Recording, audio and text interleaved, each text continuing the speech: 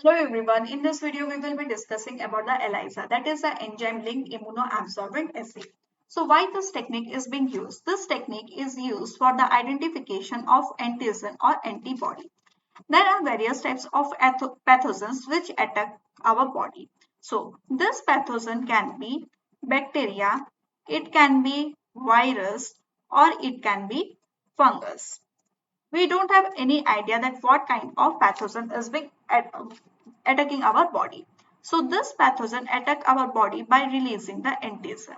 What is this antigen? This antigen can be peptide, proteins, or hormones. So when this is released into our body releases some of the antibody against the specific antigen. Antibody is being released in our body against this pathogen. It is working as a defense mechanism. This antibody is working as a defense mechanism against this antigen. So this technique can be used to identify the antigen as well as the antibody both qualitatively as well as quantitatively.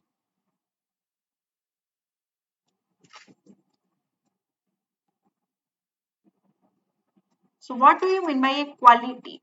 Quality means what kind of antigen or antibody is produced in our body.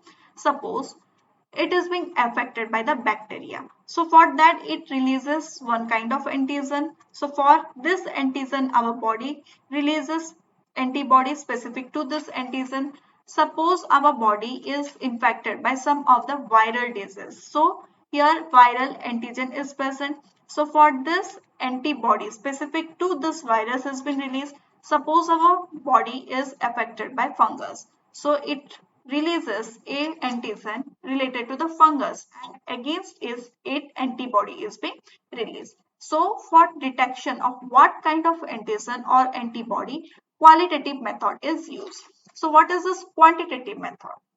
If this antigen or antibody is present in what concentration and in what amount the antigen or antibody is present, it is being detected by the quantitative method. So before discussing how this process is taking place, we have to know what are the requirements for this process to be done. So for this we require 96 well microtiter plate. This is being performed by using this kind of 96 well because at a time, many samples can be detected. The next thing is primary antibody, secondary antibody, capture antibody, inhibitor antigen, fluorophore antigen, and excellent fluorophore is specific substract is present. These are certain kinds of requirement. We can know while studying why this primary antibody, why this secondary antibody, why this capture antibodies are being used. So enzymes used during this process, they are the alkaline phosphatase, hot redox peroxidase, beta galactosidase. For each enzyme, there are specific substrates which will release some of the product. For alkaline phosphatase, there is a substrate which is known as paranitrophenol, which releases yellow color product. For hot redox peroxidase, which is otherwise known as HRP, orthophenyl diamine dihydrochloride and TMB are working as a substrate and they are producing the yellow color product. Next, for beta galactosidase, lactose is working as a substrate which converts X-gal into blue color. These are certain kinds of enzymes as well as substrate which are used in this type of reaction.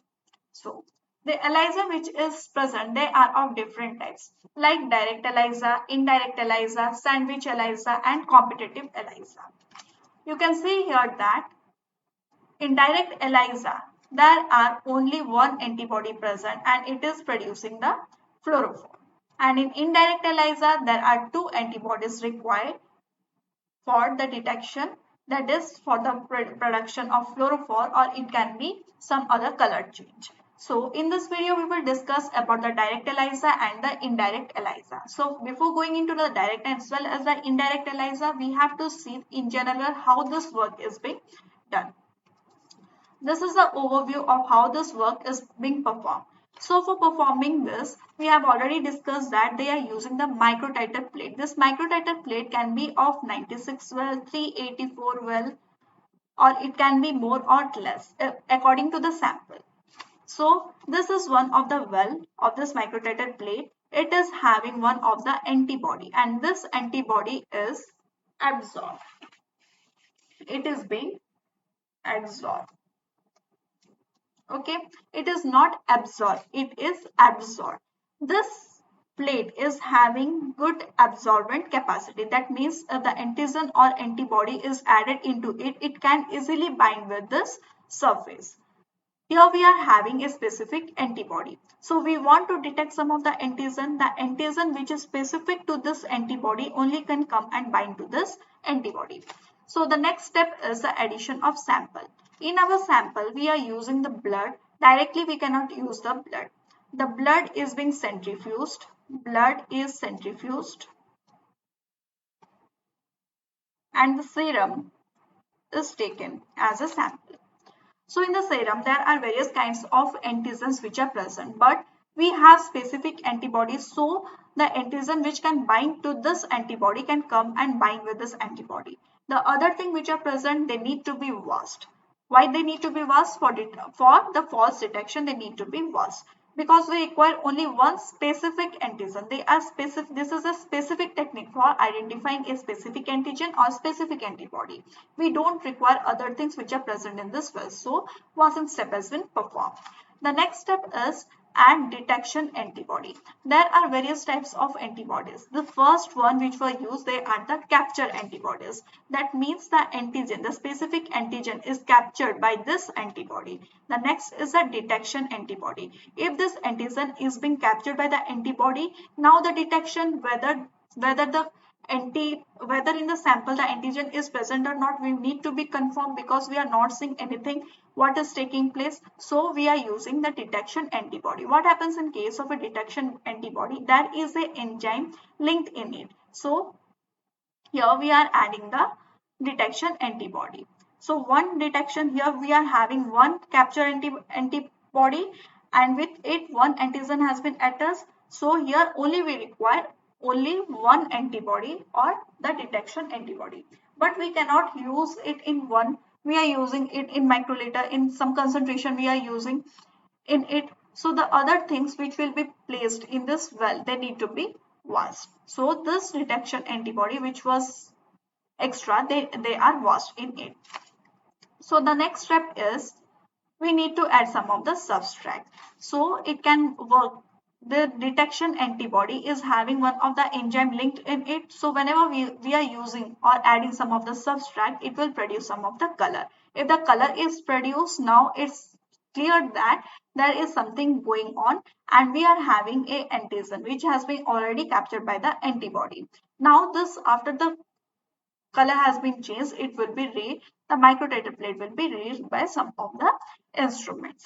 So next we will discuss about the types of ELISA. The first, so before going into the example, let us see one other step which has been done during this ELISA.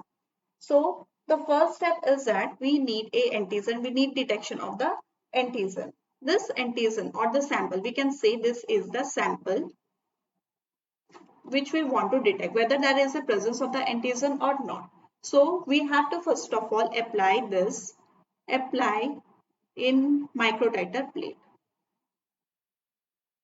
apply in microtiter plate.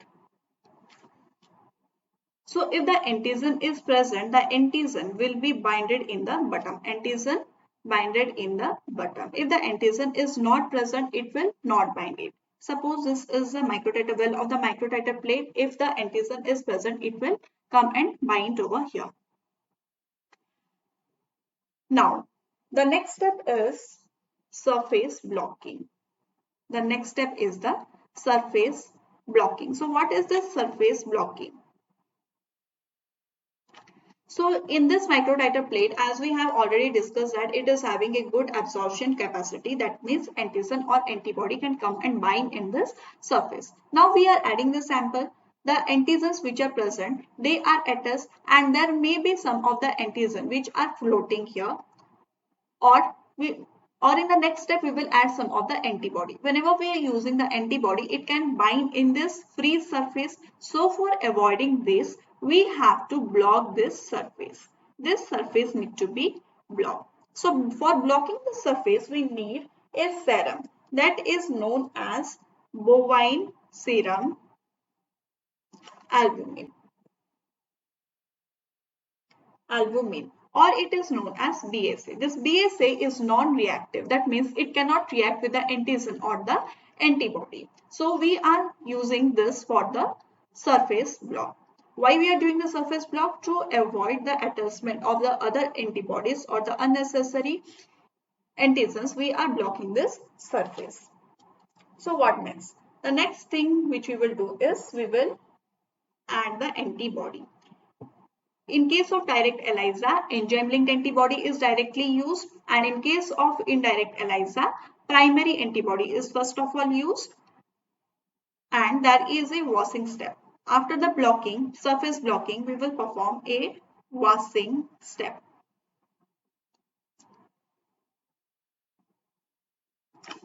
And after the attachment also, we are performing a washing step. In each step, we are doing a washing. After the attachment of the primary antibody with the antigen, as we are using the antibody in a concentration, we are using it in volume but not in number. So for avoiding the unnecessary antibody in the well, we are washing this antibody. After that, we are giving the secondary antibody. Again, we are performing the washing step. After that, we are using the substrate which is specific to the enzyme, and the substrate will convert it into a color product. Now it will be detected. So let us see the examples of the indirect ELISA which can detect antigen as well as the antibody. This is an example of a dengue patient. If a sample is having a dengue or a patient is having a dengue, what we do is we take the blood of the patient and we centrifuge it for making a serum. The serum is used as a sample. So first of all, we have to incubate the patient sample for 1 hour. This sample is being incubated in PBS buffer because the PBS buffer is having the pH and the ionic concentration almost same as like a blood. That means now the antigen or the antibody will not change its shape. It will maintain how it was in the blood. The next thing is that we will add the sample in a microtiter plate, and the antigens which are present, they will attach to this surface. The next thing, as we are detecting it for dengue, we need a anti-dengue IgG. This is a specific antibody for dengue.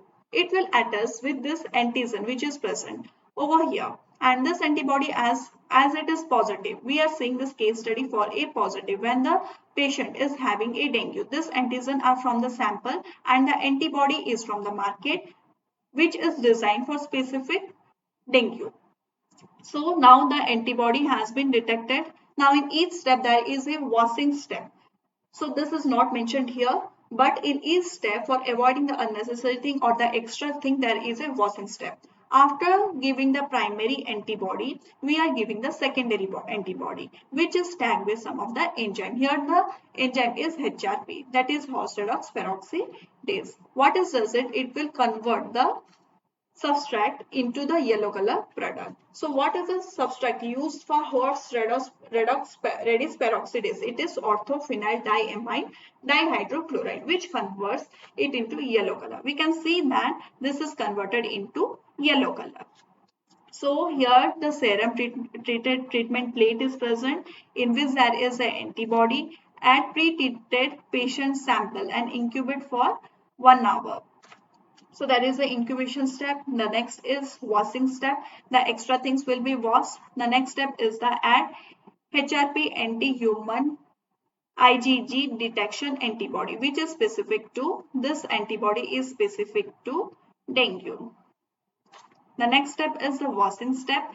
The next step is the addition of the substract and measuring of the quality. If the concentration is more, that means it will give more color, the deep color. If the concentration is less, it will give the light color. If the concentration is not present, if it is absent, then it will not give the color.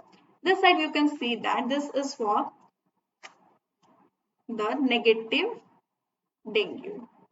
That means the patient is not having any of the antigen which is specific for dengue. That means it is not suffering from any of the diseases. If we are using the sample here, there is no antigen for dengue present. So here we cannot find any of the antigen. If the antigen is not present, the primary antibody cannot bind here because there is no antigen. Whenever we are using the antibody or the secondary antibody which are enzyme linked, it will bind with this, it can bind with this antibody. If it is binding with this antibody also, it cannot, whenever we are using the substrate, it cannot give the color, that is a yellow color. So in this way we can detect whether there is a presence of the antigen or the antibody for dengue or absence of the antibody or antigen for dengue. In this way, we can confirm that this patient is suffering from dengue or not. Direct ELISA, we can use this for the detection of the antigen or antibody. This example was for antigen, for the detection of antigen. What for antibody? If we are seeing it for antibody, the plate will be the microtiter plate which we are using from company. We can use for specific dengue. So the plate will be coated with antigen. So let us see here. Suppose we are saying for antibody. The example first for antigen. Suppose we are saying for antibody, we will take the plate from the company which is already having the antigen for dengue. When in our blood a antigen is being affected or we are suffering from a dengue and the antigen is being released into our body by the pathogen, our body for its defense mechanism, maybe for small amount, it will release the antibody. If the antigen is not present, the antibody will be absent in our body because there is no need of the antibody because our body is not being affected. So if we are having this antibody in the serum which is used as a sample, this antibody will be present. We will use this antibody and this antigen which is specific for this antibody, it can be detected. Okay, this antibody is linked with it. Next, we will use a secondary antibody which will link with this antibody, primary antibody. And here in the secondary antibody, there is a enzyme link which can convert the substrate into one of the product. This is for present of dengue. If the dengue is negative, we will have one of the plate, microtiter plate, which is coated with antigen for dengue. If our sample does not have antigen or antibody, if the antigen is not present in our blood, there will be no secretion of the antibody. So antibody is not present here because a patient is not suffering from any of the disease. So there will be no binding of the antibody in this antigen and there will be no color detection. Let us see the other example for COVID. In case of a COVID, for when we are doing the test for the COVID positive or negative, we were using the microtiter plate coated with SARS-CoV-2 antigens. This was the antigen which was specific for the COVID, and the patient's blood or the sample or the serum was taken, and they were tested in this kind of place. The antibody, if the patient is suffering from the COVID, it may have the antibody because already it is being affected. That means for its defense mechanism, it will release some of the antibody. These are the antibodies which will be present in the patient's serum, and here they are linked. Here they are linked with the specific antigen which were for specifically for the COVID. Now the secondary antibody is provided here, which is enzyme link. Enzyme link secondary antibodies bind to primary antibodies of the patient sample. Now the next step is the addition of substract. When there is addition of substract, it will produce one of the color for measuring that. Here if the color is produced, that means the patient is suffering from COVID. That means the patient is positive now. This was the quantitative. Sorry, this was the qualitative. This is the qualitative method, that is, it is present or absent. The next comes the quantitative. If the concentration of the color is more, then they are suffering from more COVID. That means the patient is having more antigen affected. If the concentration of the color is low, that means they are suffering in a mild symptom. This is all about this direct ELISA and the indirect ELISA. In the upcoming video, we will discuss about the sandwich ELISA and the competitive ELISA. Thank you.